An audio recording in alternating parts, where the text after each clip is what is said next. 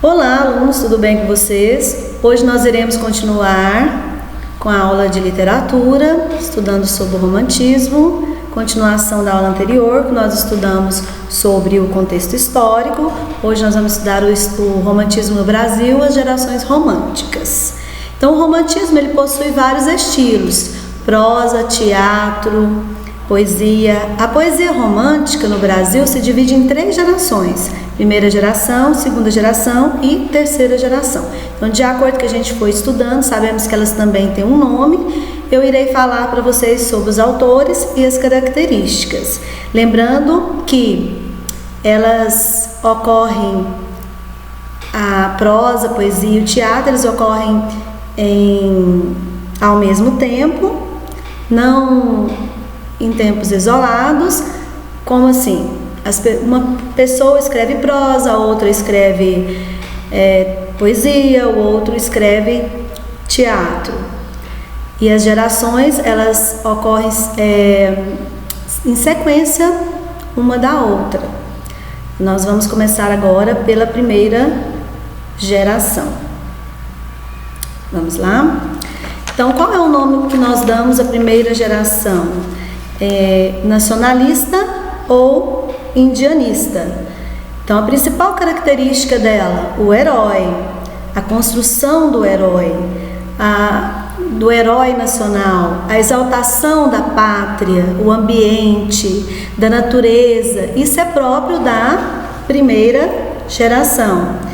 Então, nós vimos que lá na Europa, o herói era quem? Era o cavaleiro medieval, que fez grandes batalhas. No Brasil, nós não tivemos uma era medieval, porque o Brasil ele não tinha sido descoberto.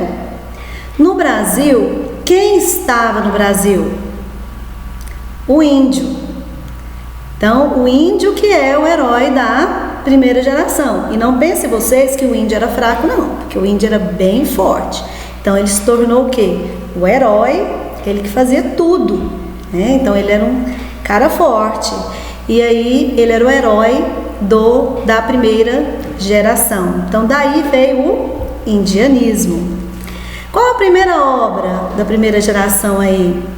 Suspiros Poéticos e Saudades, de Gonçalves de Magalhães. Quem foi Gonçalves Magalhães? Ele foi o responsável por trazer a primeira geração romântica ao Brasil. E aí nós temos também o Gonçalves Dias, que ele era o cara responsável em difundir o romantismo, a primeira geração aí, a primeira geração romântica. E aí nós temos aqui algumas obras deles, do Gonçalves de Magalhães, que foram aí, que a gente falou, Suspiros Poéticos e Saudades. Ele também fez a Confederação dos Tamoios, que também é um poema épico. O Gonçalves Dias, ele fez A Natureza e Saudades, Lamentações pelo Amor Impossível, Anseios e Inquietações, que dão um certo tom de lirismo amoroso e o indianismo também nessas obras. E aí a gente tem aqui, que eu coloquei para vocês algumas características para vocês visualizarem, então, nacionalismo, presença do índio, que a gente falou que é o herói, descrição do encontro entre índios e europeus como representação do mito da criação do Brasil, natureza brasileira, exaltação com exuberante e confidente do sujeito lírico dos poemas, egocentrismo, idealização do amor e da mulher. Também não coloquei aqui a questão da linguagem, que é uma linguagem coloquial. Então, pessoal, nessa época teve muito sentimentalismo, tudo muito exagerado. Também tinha a religiosidade, que não era só Ave Maria, e sim uma religiosidade indígena. Então, tudo lá valorizava o ambiente, o índio, a pátria. Então, muito sentimentalismo, e essa é a primeira geração. Vamos lá, então, na segunda geração. Então, a segunda geração, qual é o nome que nós damos a ela? ultra romântico, quer dizer, sofrimento, marcado pelo exagero sentimental, egocentrismo, pessimismo, sofrimento, até a morte. O ultra-romantismo, que é a segunda geração, ele é totalmente voltado para o desapego. A temática pregada era a morte e o foco deles é a morte. Ele quer morrer até de felicidade, até a felicidade deles era morrer. E peguei um mau século, vou morrer. Então falava muito de morte, muito pessimista. O sonho deles, um desvaneio, amor platônico. Então a mulher, ela era inatingível, só o amor platônico mesmo, ela era vista como inatingível, impalpável. Ela ficava mais no plano espiritual do que o material para eles. Então, na hora que chegava lá no vamos ver mesmo, ele, não dava certo, porque essa mulher era mais cortejada, mais um amor platônico, mas ele era todo exagerado, aí ele apaixonava, ele queria morrer, até a felicidade deles era morrer. Então, qual que é a importância dessas obras, então, do ultrarromantismo? Os poetas mais importantes que nós temos aqui: Álvares de Azevedo, Fagundes Varela, Casimiro de Abreu, Junqueira Freire. Álvares de Azevedo era o mais importante.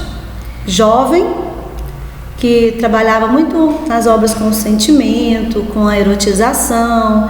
Aí tinha o Fagundes Varela, que era mais a questão também da postura, da morbidez, do pessimismo, e também trabalhava dentro dessa proposta aí.